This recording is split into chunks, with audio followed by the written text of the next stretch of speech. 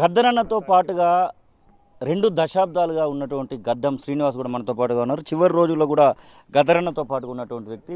గద్దరన్న ఎలా ఉండేది మీతో పాటుగా? అందరికీ జై భీమ్లు. నిజంగా అంటే గద్దరు గారు అంటే ఒక లెజెండ్.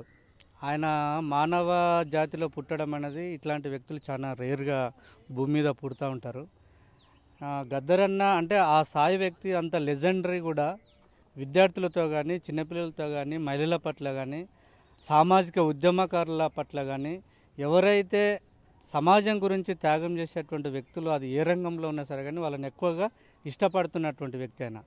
ఎందుకంటే మానవ పరిణామ క్రమంలో తర్వాత సామాజిక బాధ్యత అంటే ఆయన రాజకీయ రంగం కానీ, సామాజిక రంగం కానీ, ఆర్థిక రంగాల్లో కానీ కులాలకు, మతాలకు, ప్రాంతాలకు అతీతంగా కూడా ఏ పార్టీకి కూడా వ్యతిరేకం కాకుండా, ఏ సంఘానికి వ్యతిరేకం కాకుండా అన్ని సంఘాలు, అన్ని పార్టీలు, అన్ని సామాజిక వర్గాలు, అన్ని ప్రాంతాల మతాలకు అతీతంగా ఎలిగినటువంటి కొనసాగినటువంటి ఆ జీవనం గడిపినటువంటి ఒక లెజెండరీగా ఆయన జీవిత చరమాంకం వరకు కూడా సామాజిక మార్పుకై నిరంతరం పోరాడినటువంటి వ్యక్తి.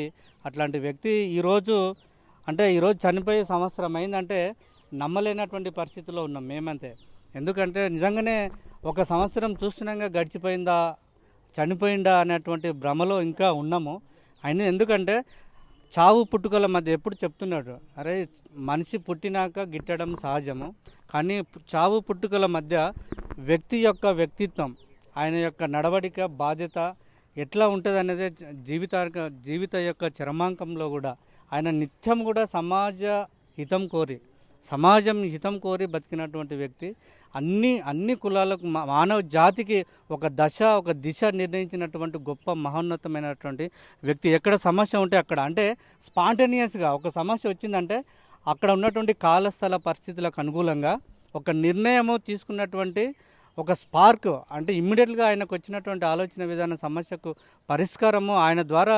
మేము తెలంగాణ ఉద్యమంలో కూడా ఉస్మానియా యూనివర్సిటీ వేదికగా ఎక్కడైతే తెలంగాణ ఉద్యమము ఆగిపోయింది ఇక ఖమ్మంలో అమ్మబడ్డదన్నటువంటి సందర్భంలో కూడా తెలంగాణ ఉద్యమాన్ని తిరిగి మళ్ళీ ప్రజల్లో నిలబెట్టి విద్యార్థులకు అప్పచెప్పి ఒక విజయ తీరాలకు తెలంగాణ రాష్ట్ర సాధన అయ్యేంత వరకు కూడా నిరంతరము ఉద్యమంలో నిలిపినటువంటి వ్యక్తి. ఆయన సూచనల ద్వారా, ఆయన సలహాల ద్వారా మేము ఉద్యమంలో నిలబడ్డం, కలబడ్డం, కొట్లాడినాం. తెలంగాణ రాష్ట్రాన్ని ఆయన ద్వారానే సాధించుకున్నాము. ఒక పొడుస్తున్న పొద్దు మీద నడుస్తున్న కాలమా అన్నటువంటి పాట రూపకంగా మళ్ళీ ఒక స్తబ్దంగా ఉన్నటువంటి తెలంగాణ ఉద్యమాన్ని ఉవ్వెత్తున మళ్ళీ లేపినటువంటి చరిత్ర కలిగినటువంటి అంటే ఆయన పాటను ఎందుకు ఎన్నుకున్నాడు అంటే చాలా రకాల వ్యక్తులు రాయగలుగుతారు, చెప్పగలుగుతారు, తర్వాత తిరగగలుగుతారు, చేస్తారు. కానీ నేను అనుకున్నా అంటే నా అనుభవం ద్వారా ఆయనలాగా ఎవరూ రాయలేరు, ఆయనలాగా ఎవరు కూడా మాట్లాడలేరు, ఆయనలాగా ఎవరు కూడా ఆర్గనైజేషన్ చేయలేరు. కానీ అన్నిట్లకు మించి ఒక సాధారణ అన్నటువంటి ఒక మనిషిని కూడా అంటే అజ్ఞానంతో కూడిన సమాజాన్ని కూడా ఏమీ తెలియనటువంటి వ్యక్తులను కూడా కదిలించేటువంటి శక్తి ఓన్లీ పాటకే ఉంటుందని పాట రంగాన్ని ఎన్నుకొని ఈ జాతిని, ప్రజలను చైతన్యం చేసినటువంటి చరిత్ర కలిగినటువంటి చిరస్మరణీయ మహోన్నతమైనటువంటి వ్యక్తిగా అట్లాంటి వ్యక్తికి మేము ఈరోజు జోహార్లు తెలుపుతున్నాం. జోహార్ గద్దరన్న.